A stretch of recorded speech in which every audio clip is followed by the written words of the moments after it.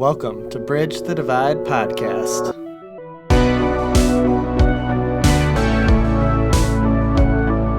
A podcast where church leaders have real and honest conversations about issues of race and the way forward to racial reconciliation. Subscribe wherever you find podcasts or watch the video version over on YouTube.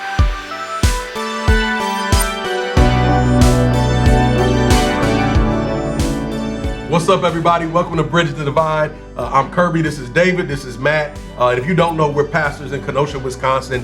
And so we started this podcast to just talk about race and faith and all these things. Yep. So I'm excited today to introduce what episode is this? 5? Six. 6? Is What? it 6? When did 6 Really? happen? Oh my God. We've made it. Feels like we just did the first episode yesterday, right? Yeah, it's so good though to be a part of these conversations. So we're gonna call this episode Morgan Freeman.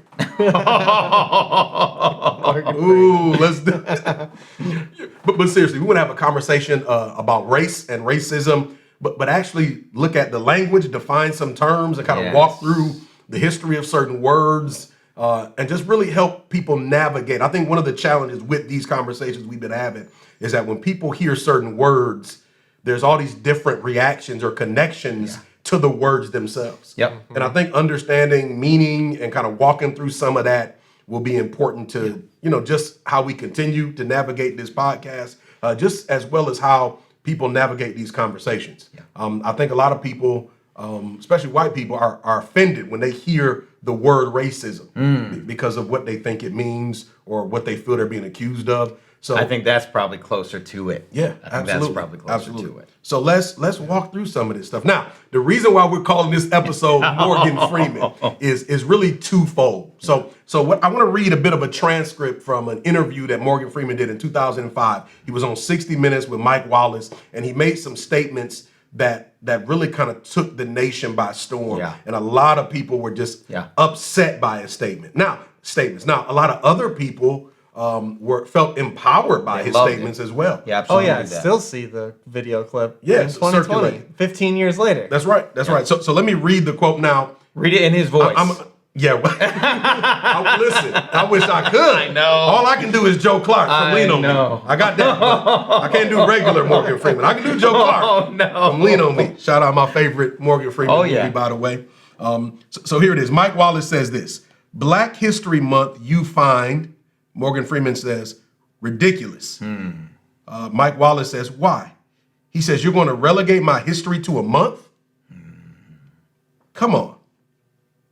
And Morgan Freeman then says this: what do you do with yours? Which month is White History Month? Tell me. Mike Wallace says, I'm Jewish. He says, okay, what month is Jewish History Month? Mike Wallace says, there isn't one. Morgan Freeman says, why not? Do you want one? Mike says, no. Morgan Freeman says, I don't either. I don't want a Black History Month. Black history is American history. How are we going to get rid of racism until Morgan Freeman jumps in? And this is the clip that went viral, him saying these words: stop talking about it. I'm going to stop calling you a white man, and I'm going to ask you to stop calling me a black man. I know you as Mike Wallace. You know me as Morgan Freeman. You're not going to say, I know this white guy named Mike Wallace. Hear what I'm saying? And so that clip kind of went viral. And even, again, to your point, David, every few years it comes back up. Oh, yeah. That particular clip. Matter of fact, I was in a conversation several months ago with somebody, and they brought up, have you seen that Morgan Freeman interview? And what are your thoughts on that? So It feels almost as if it just happened, but yeah, because it kind of surprised me when we looked it up and we're like, oh, it was 15 years ago. Wow. Now, in Morgan Freeman's defense, and we want to, be honest and tell the truth about his perspective on those kinds of things. On some levels, I agree with much of what he said up until a certain point. Sure. I thought it was interesting when he talked about Black History Month, and I wholeheartedly agree. Like I don't think a month to signify Black history is the most helpful thing. Like, I understand why it was born. It was born out of a lack of an understanding of Black folks' contribution to this country. But I would much rather see Black history more fully integrated and weaved into the story of America in general and American history. Because to his point, Black history is American people or American history, right? And it should be such. There was a need for Black History Month because Black history wasn't being taught or wasn't Yeah. a part of American history, so it was bringing awareness to it. Yeah, it was a solution. I just don't know if it was the right one.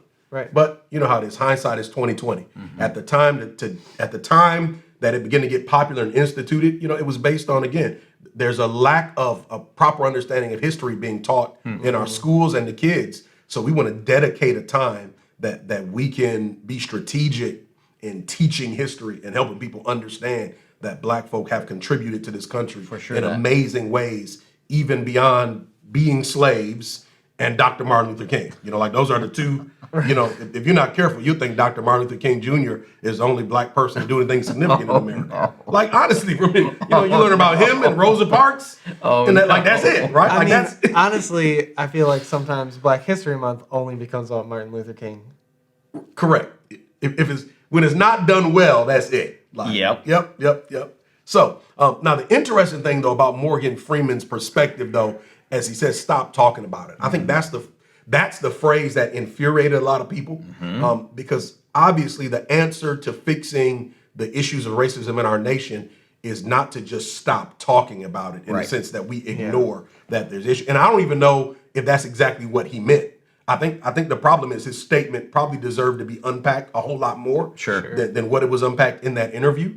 But people have used that clip to say, yeah, if we just stop talking about it, people always want to talk about race, and talking about race is divisive.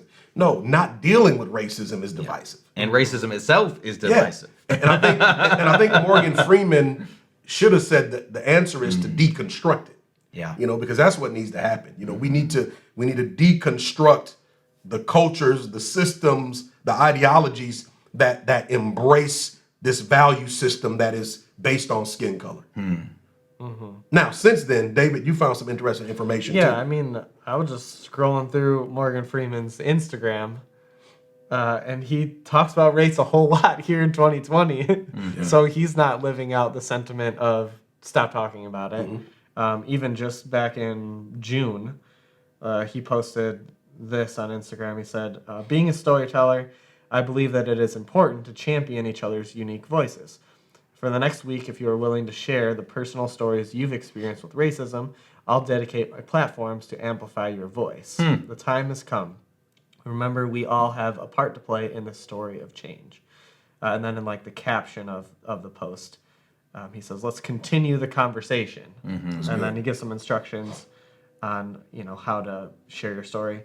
And then he actually has a definition of racism in here. He says, racism is defined as prejudice, discrimination, or antagonism directed against someone of a different race based on the belief that one's own race is superior. This includes overt racism, systemic racism, microaggressions, etc. That's actually a pretty good definition, isn't it? Yeah. It is. It covers so much ground. Yeah. And it just shows that there's far more to Morgan Freeman than this video clip from 15 years ago. I think, but to your point, the opportunity to unpack that much more and much greater probably would have been really helpful. And I think of even some of the things I've said shooting from the hip, even passionately. And then if I had that clip sent out to millions and millions of folks and held to it, and listen, I was processing that out loud. I was thinking, and maybe he had good points as well, but it's not an overarching. I kind of like the sentiment of, I'm not going to call you a black man. You're not going to call me a white man. In the sense of we're all equal. We're all God's people. We're the human race. But I think that's that in some ways I feel like that maybe should be part of our end goal. It's if we deal with racism and all these issues, then maybe we can get to a place where we don't have to talk about it because. But I think it's connected to what we say all the time and even preach and talk through all the time, that we're not colorblind, we're color blessed. Yeah, I think it's when those things are used to separate or elevate one group over another, well, that's a problem. When it's used to celebrate one another, to experience the joy of you're bringing this to the table, we're bringing this to the table, whether it's music, culture, food, different things like that, experiences, ways to view God, different expressions of worship, that's all gravy and great. And we don't want to lose those blessings. In that sense, what did you say when you were preaching at Great Lakes the other day about this? Is so good. So ethnicity is something that God created. Yes. Race is something that the enemy created. Yes. And that's probably where we should start our conversation. I think that's good. Yeah, unpack that. Please. So That's great. race is not something that we got from God. Yeah. It is a social construct, Okay. right? Race was invented to create a caste system.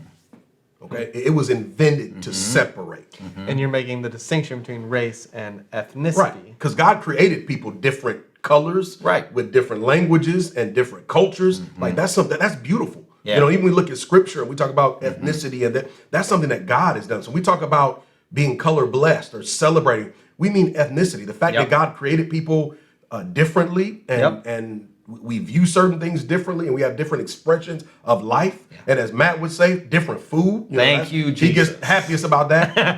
All those things are things that God created. Yeah. You know what I mean? And they're beautiful, and we celebrate those things. Yep. But race was created with more heinous intention. Yeah. Like it was specifically Absolutely that. this construct. So let's get into that. Let's talk a little bit about race, and then from that begin to have a conversation about racism in Okay. terms of definition and what it means. So the term race was really used infrequently before the 1500s, right? And it was kind of identifying people with kinship or like loose group connections at that time. The fascinating thing is over the next couple of centuries, European thinkers began to embrace this idea that the natural law suggested that basically white folks or European were just better. They were smarter, they were more capable than non-white human beings worldwide.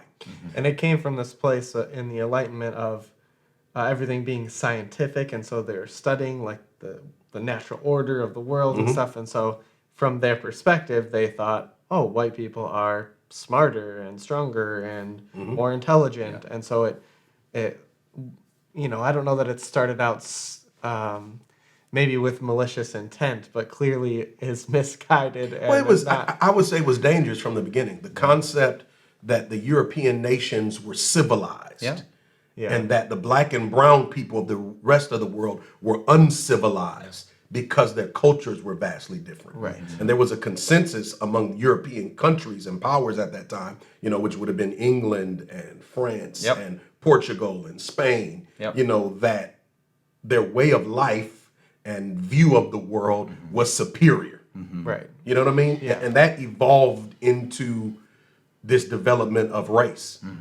And then there's even an interesting, and we get this information from the Natural Museum of African American History and Culture. Yep. Right.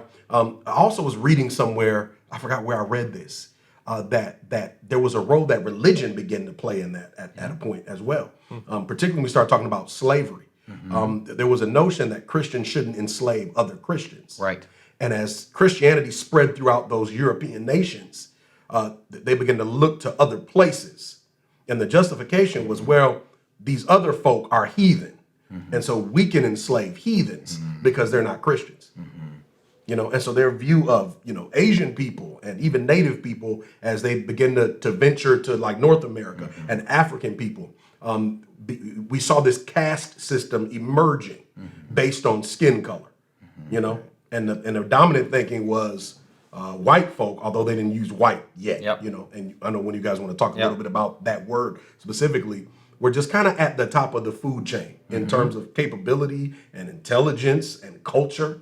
And that really opened the door, I think, even to European colonization of, Africa and India and other places. That there began this contest, this rush to go to these other places and, kind of trying to get your stake there and then begin to turn these areas to colonize. You know what I mean? So it's amazing how philosophies of the time and even religious movements of the time were set up in such a way to enable economic development for the people at any cost. And I think that's just a history of people. Like, you want your class, your people, however you define that, your tribe, to keep moving up. And so the justification, the talking through that, you even think of like the movement of Darwinism and social Darwinism, and thinking through that the white people are more evolved people than backward people of other races. Like, even the I can't remember the exact name, but even the name of Darwin's book was the Natural Origin of Species. Selection. Yeah, but it was the Origin of Species, something in regards to other races or something like that. I don't know the exact. So look it up when you want to know that, because it's worthwhile. But like, racism is even inherent in that system, and thinking through what makes the white man, the white woman more evolved than a black woman, a black man. Does that make sense? And it's like using all of these things to justify your caste system dominating the other, or religiously speaking, they're heathens, right? Or even the question of, can black people be born again Christians? Can they actually be Christians, and justifying it through being less than human, less than, you know what I mean? Like, it's just this overall using all of these systems to propel this economic dominance, this imperialism, this, you know what I'm saying? And you see that involved in that movement. And it's a fascinating thing to process through. Yes, so we understand then different races don't necessarily exist, because there's the human race. There's only one. We're humanity. Different ethnicities, but not. Let's define ethnicity while we're talking about this. So ethnicity is the fact or state of belonging to a social group that has common national or cultural origin. Okay, so we're talking about commonality, social. National or cultural origin. So we're talking about a commonality. And I believe it adds to my point that God created ethnicity. So there's different commonalities. And that's something that's beautiful and to be embraced and celebrated and understood. But we see the emergence of the word race, or the concept of race, as something that existed to fuel imperialism and even economics and all these other things. And clearly something that doesn't represent the heart of God for people. Clearly something that doesn't represent the imago Dei, the image of God and humanity. Clearly something that suggests, and when you think about it, it's so ridiculous that skin color is the dominating factor of intelligence and strength and capability and all of these things that have been connected to skin color. You know, and when you think about it in every sense of the way, it just absolutely doesn't make sense. It doesn't make sense. You know, when you look at genetics and biology and sociology, like in every sense of in every way, it just doesn't make sense. That something as shallow as skin color somehow is the determining factor. You know, and you know, as this was evolving, people had a limited understanding, but particularly in our day and age with technology and a deeper understanding of, you know, the top layer of skin and where pigment actually lies and all, you know, like we have such a clearer understanding of even the human body, you know what I mean? And it just seems even more preposterous that all these hundreds of years later, that society still in some ways revolves around this culture that is built on this premise of race and superiority and value that is connected to skin color. So to put it more simply, ethnicity is more about culture, and race is, came from or started with the idea that certain people groups are superior to others. And that's why you, back to your original point here, is that ethnicity was something created by God, but race, this idea of certain people groups being superior, is of the devil. Like that's not Jesus. That's right. So if that's race, let's talk about racism. Let's get to that. Let's get to that. So who wants to define racism for us? I can jump in. Do it. Cool. So Webster's definition of racism, there's two definitions, and two has like an A and a B. But number one, it says a belief that race is a fundamental determinant of human traits and capabilities, and that racial differences produce an inherent superiority of a particular race. Okay, so let's stop. Let's stop right there and talk about this. Okay. So it's a belief that race is a fundamental determinant of human traits and capabilities or capacity, right? Racial difference produce inherent superiority of a particular race, right? So we're talking about this thought that based on skin color, you're better than somebody else. So with that question, can black people be racist? Y'all scared to answer that? Yeah. On that definition, I would say yes. Yeah. So I'm inclined to agree with you guys as well. Based on that particular definition, yes. Yeah. Because It basically means that if you have this thought in your mind that because of your skin color, your race or your people are superior. Yep. That is, according to Anyone that then. definition, that's Yep. racism. Anyone. And so, based on that definition, I've seen it in both black and white people. Yep. Because there are schools of thought that teach that. There's even religions where the black man is God, Right. and the black man is the original image of who God is. Yeah. And there's a superiority that comes, and the reason why there's such oppression is because there's a fear of God that is housed in blackness. Yep. You know what I mean? So that ideology that in response to like other kinds of racism, that black folk are superior, is also racist ideology in that sense. Correct. Right. So any person that believes that because of skin color, their people are superior to others is racist according to that particular definition. Yep. Right. But there's go ahead. Yeah, and just to say too, like, we're just pulling up Webster's definitions, but there's loads of different. Even Morgan Freeman had his own definition Yeah, of that's racism. true. You're gonna find definitions of racism all over the place that will cover totally different things. But it's so important to realize that language is, it changes, it evolves. It's a living thing. Yeah, it's fluid. Sure. Right? Yep. And so, we can look at, we don't need to go on this tangent, but like history of words that are used every day in America that just are totally different. I remember one time my grandma got a gift from my cousin, this like really cool leather jacket, and she puts it on. She's like, "This is tight." This was years ago. And my grandma was so confused. She's like, "Did it wrong size?" Oh, that's amazing.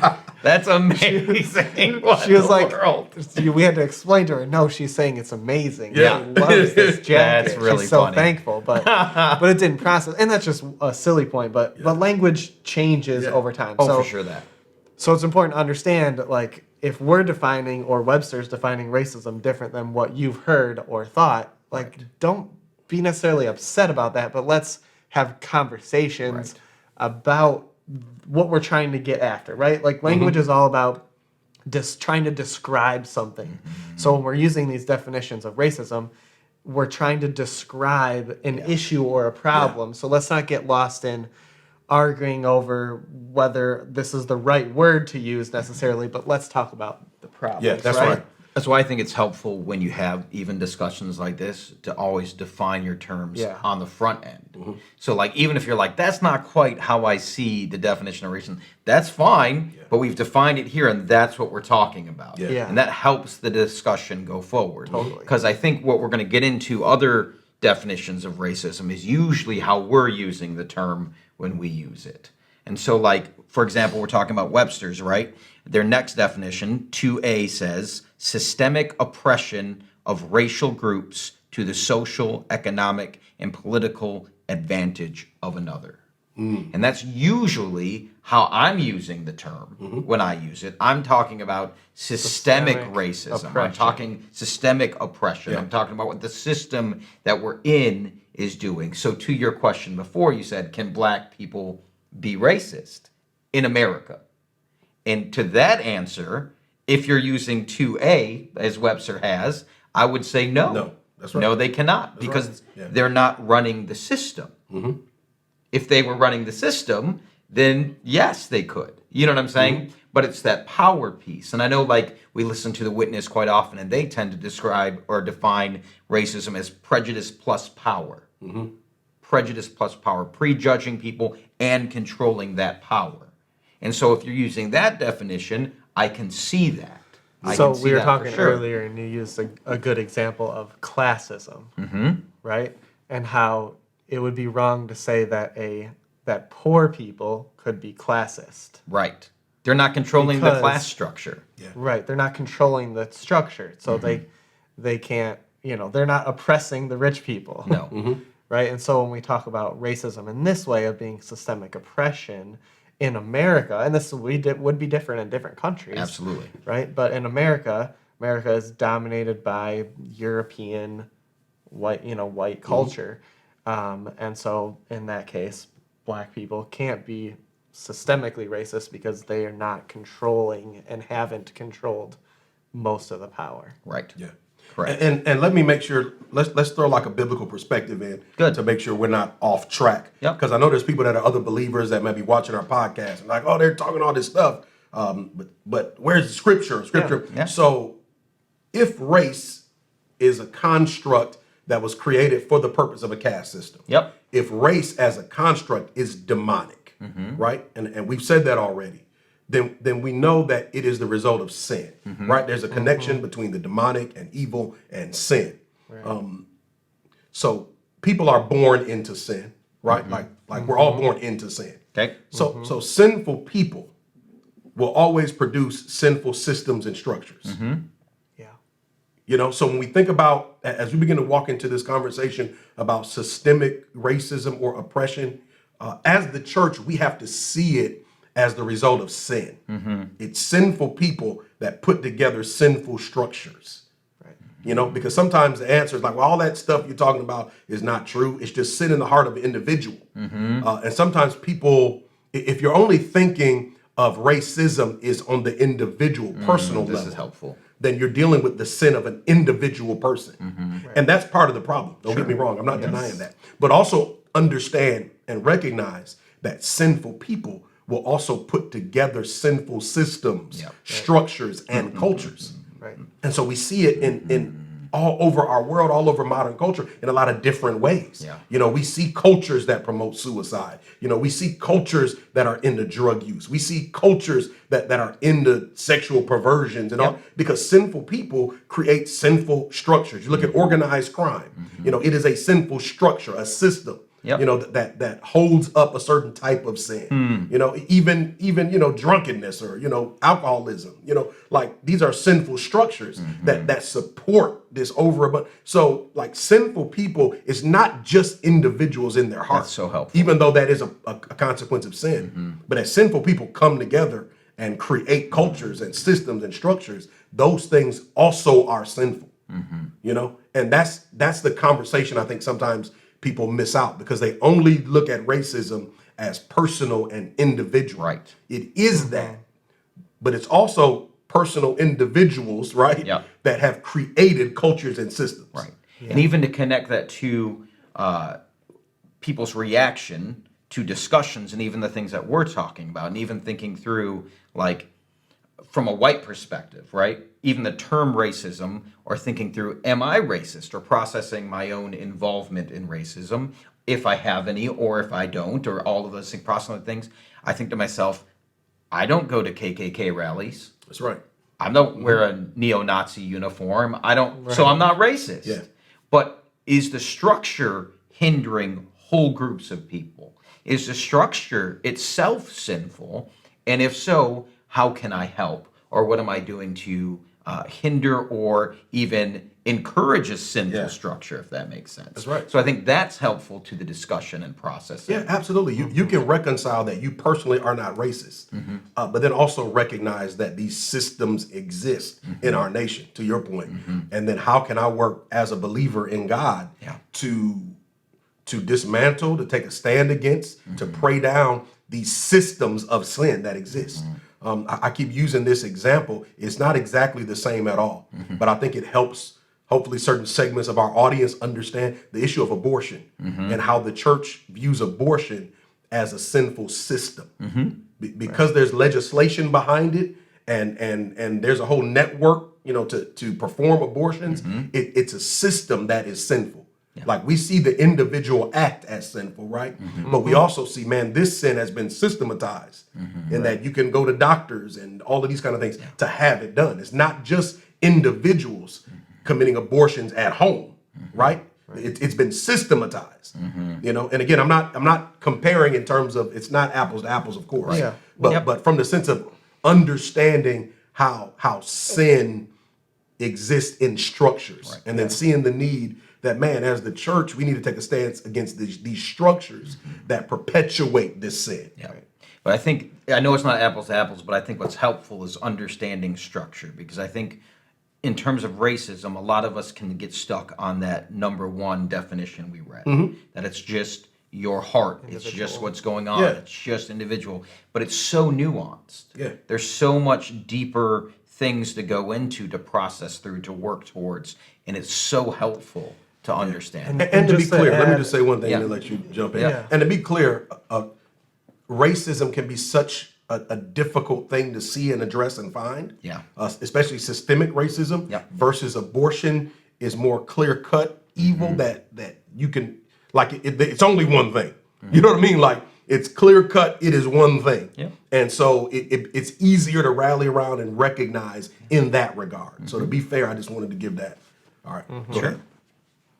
I forgot what I was going to say. My bad, man. I'm sorry. It was so good. It was the Yeah, best point. it would have been the best point. We just missed the best part of this whole podcast. He actually solved brother. it. He solved systemic racism, and he was about to tell us, and now we missed it.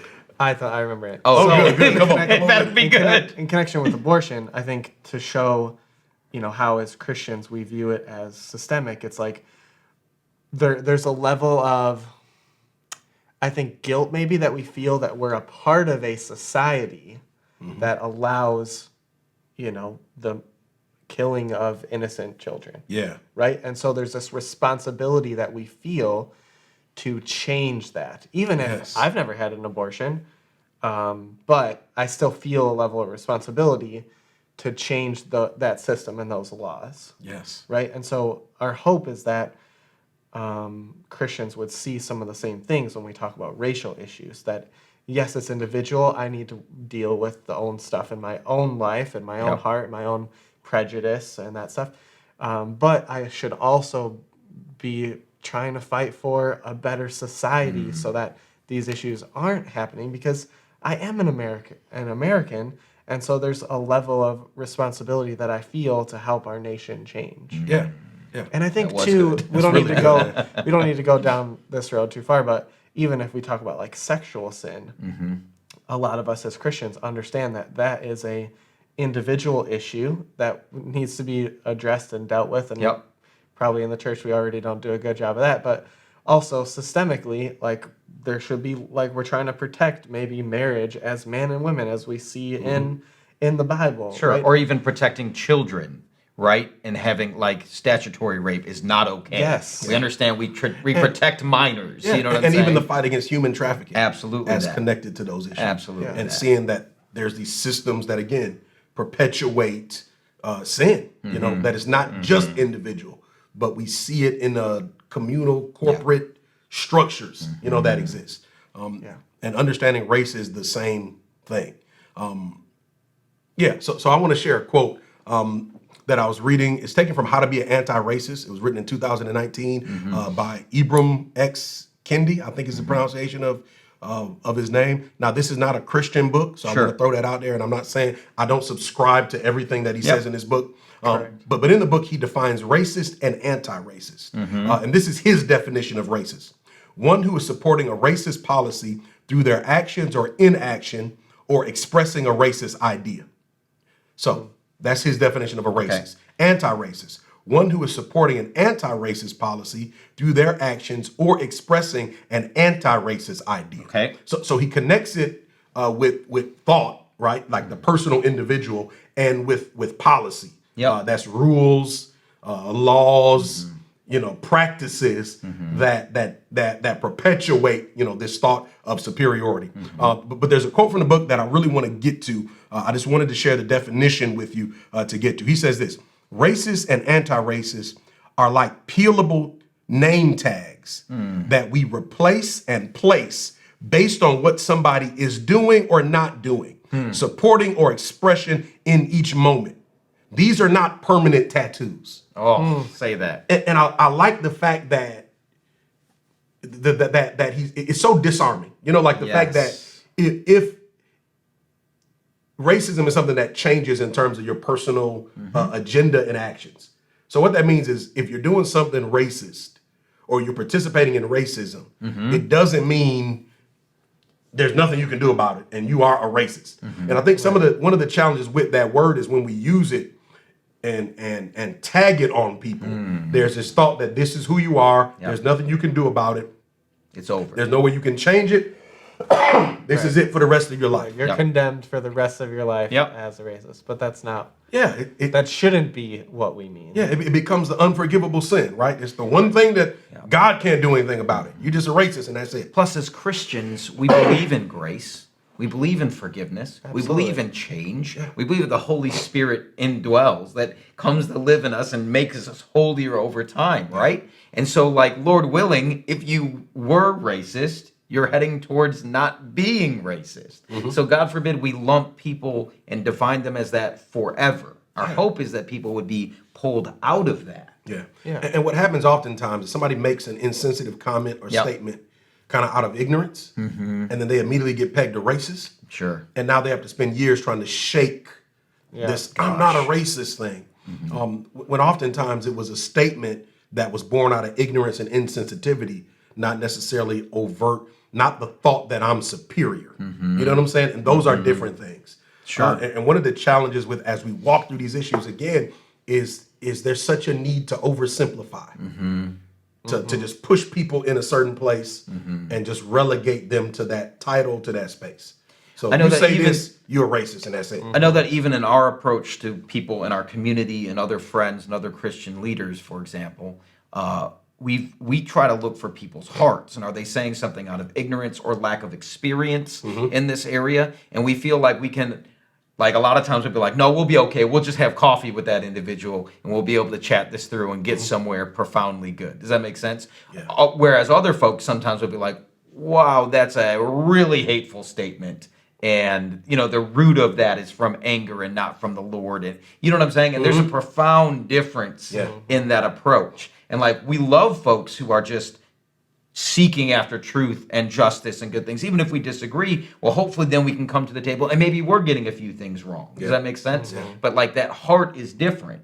We're stepping forward to be anti-racist. We're stepping forward to do something that helps our community and helps the church and things like that. And so it's just a profound difference, I think. Yeah, and my prayer and hope for the church, man, is that we would take a more active stance in having conversations with one another and even other people that we come in contact with outside of the church to create a community where it's not okay. You know, it's not okay to think of yourself as superior based on skin color. It's not okay to participate in systems and structures that elevate the thinking. That, you see, those blacks are this. You see, there's, you know, because that's what racism does. Yeah. It perpetuates this narrative that is just not based on truth. It's not based on who God created people to be. It's not based in any of these things. Yeah. You know, and again, it's used by the enemy to bring division. And one of the things our adversary loves to do is divide people. And any way he can bring division, he sees it as a way to slow down the work of the church and the mission of what God wants to do in the earth. And so he settles for that as victory. So all kinds of different ways to divide people. And I think race and racism has just been such a successful tactic of the enemy. Because it even plays out in churches and it plays out in worldview and it plays out in all these subtle ways. You know, we see it in so many of the systems and institutions in America. And if you're struggling with that concept, just hit me up, you know, like send an email to our podcast and I'll gladly share with you tons of statistical information. Bridge the Divide podcast at gmail.com. Because there are disparities that exist in our culture that are based on skin color. You know what I mean? And those... Do you want to mention a few of those today? I mean, if you want me to drop the science, we probably, I don't know what time we're at right now, but we don't have time to go into all of these in detail, but maybe just list a few. Okay, we rocking and rolling. So I want to give you a few examples, of systemic racism. Now, I want to do my best to be scholarly, if you will, as I present this information. So this information is taken from the Business Insider. It's a collection of charts that was compiled by Cheyenne Gao and Andy Kurtz, Michelle Mark. Thank you. Michelle Mark, Rubing Sue, and Marguerite Ward. I'm so sorry if I slaughter some of those names. We're doing our best. But this information was compiled in July of 2020. Right? Now, this source we think is valid because it's a lot of data that comes together, but we also get to see where they collected their data from. Yep. You know, sometimes you've used statistics and you don't know where the data actually came from. And so we're using this data because we can trace exactly where that data came from. The number of people I see share stuff on Facebook that's just a Yeah. picture and no link to any article or Give me source. some sources. I'm like, come on, people. Yeah. Yeah. Correct. So with that being said, I want to share some statistical information and let you know where those statistics came from. So the first one, the employment population ratio measures the share of a demographic group that has a job. And that number is lower for black people, and it has been for years. Now that comes from the Bureau of Labor Statistics. Yep. Black Americans are underrepresented in high-paying jobs. That also comes from the Bureau of Labor Statistics. Black Americans have historically been underrepresented in Congress. Yeah. That comes from the U.S. House of Representatives. And anybody that's been watching. The U.S. Census Bureau tells us that black workers have historically earned far less than white workers. The U.S. Census Bureau also tells us that the poverty rate for black families is over twice of that of white families. Ooh, say that again. The poverty rate for black families is over twice that of white families. That's tragic. And also keep in mind that we make up a much smaller percentage of the overall population. Right. Yeah, So when you look at per capita, You'll often see counter arguments that are like, well, actually, there's more white people that are in poverty than black people. Yes, there should be, because there's far more white people in America than there are black people. Right. But when you look at the ratio, the percentage, the percentage is twice as great for black families than white families. the Consumer Financial Protection Bureau tells us that when trying to get financing from banks, black mortgage applicants are more likely to be denied loans than aspiring homeowners from any other race. Oh my goodness. Right? The U.S. Department of Commerce tells us that the share of black households that own their own home is lower than that of any other race. 73.7% of white people own their own homes. 48.9% of Hispanics own their own homes. 44% of blacks own their own homes in 2020. Wow. Right? Bureau of Justice statistics from 2018 tells us that black prisoners are overrepresented in the U.S. prison population compared to their share of the total U.S. population. Oh, yeah. Again, that speaks to the statistics kind of per capita. Also, the Bureau of Justice from 2018 tells us this: black men are roughly 5 times more likely to be in prison than their white counterparts, and nearly 13 times as likely in the 18 to 19 age group. That Jesus. part is crazy. Help us. One more stat, and then we'll stop this. Let me see. U.S. Department of Health and Human Services, FBI Uniform Crime Reporting Program, and U.S. Census tells us this: marijuana usage rates are similar between white and black Americans. Yet black Americans are 3.6 times more likely to get arrested on a marijuana charge. Right? So the numbers show that there are some staggering inequalities in the systems and institutions of America. Absolutely. Like we've looked at statistics about the criminal justice system. We've looked at some statistics that relate to housing. We look at hiring and economy.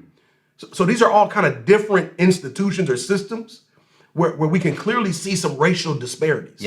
And so when people are talking about systemic racism, or what I want to call racism 2A as defined by Webster's dictionary, these are the things that people are talking about.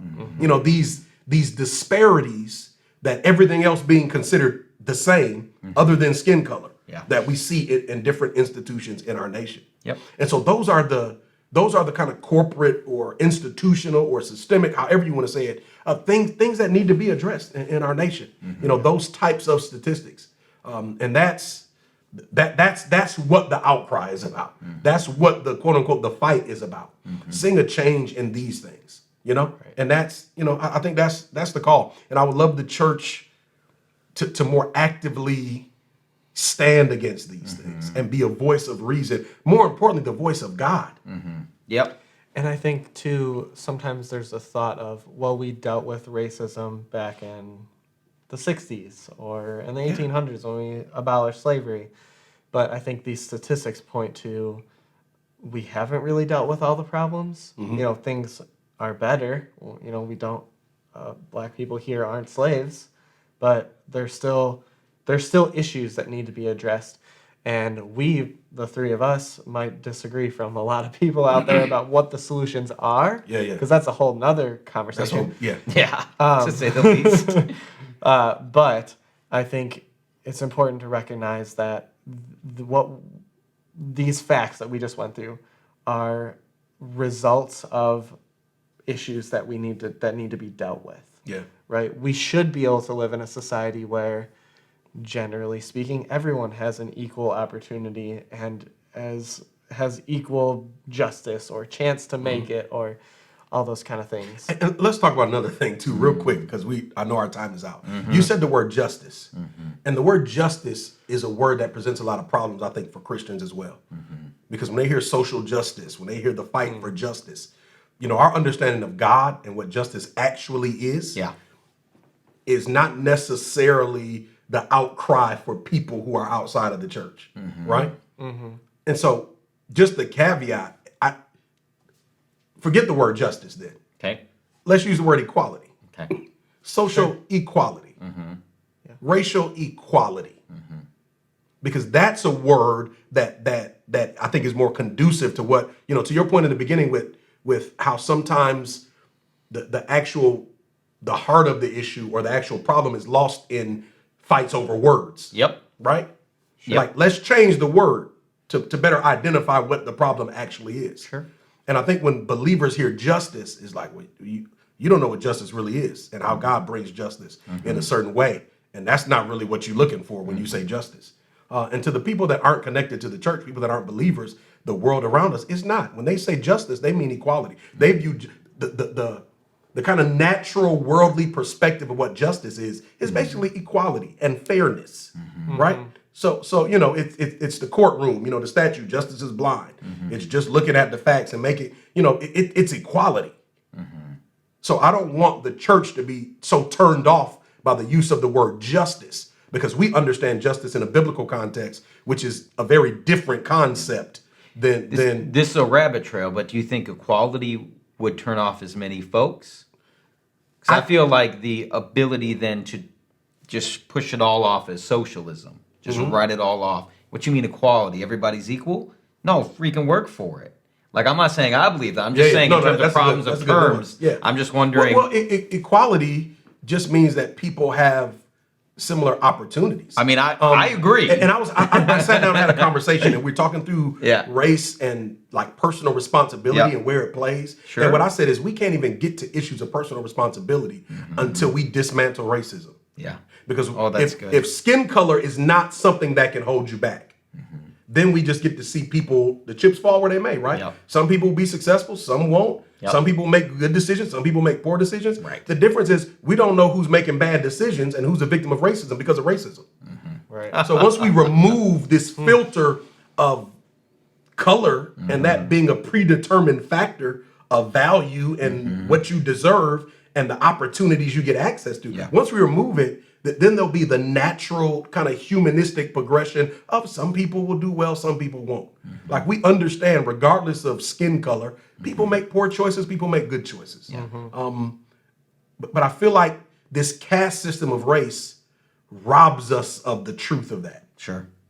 And so it gets marred, So equality just means, listen, let's break down this caste system or structure of racism. Get it out of the way. Absolutely. And some people will thrive and some people won't. But it won't have anything to do with skin color for anybody. And that's the America we want to see. So when we talk about equality, it's not utopia. It is race, color should not be a determining factor of opportunities I get or don't get. That's good. Period. Let's remove that from the equation for anybody. Yeah. Skin color shouldn't be a determining factor of what you think of me. Right. And so I think that's the heart of what I think black people want to see in our nation. Yeah, back to what you were just saying about justice from an American standpoint is equality. I mean, just look at the end of the Pledge of Allegiance, right? liberty and justice for all. Like I always think of that as equality, right? Everyone deserves a fair shot. That's right. Yeah. And it's not the justice of God. But I think the church gets That's a mixed up fascinating with take. terms. No, Yeah, I mean, it's a like fascinating- really, it is. It's a fascinating take. Yeah. So, yeah, that's a great part of our conversation. We talked a long time today, didn't we, fellas? Yes, we did. Yeah. Okay. That's good. Well, listen, thank you so much Yeah. for tuning in. Whether you're watching this podcast or listening to it, we appreciate your love and support. Please share this podcast. Yep. If you're watching on YouTube or any other venue, share it, send it to friends. Yep. We love your feedback and participation as we continue to go forward. Thanks for tuning in to Bridge the Divide.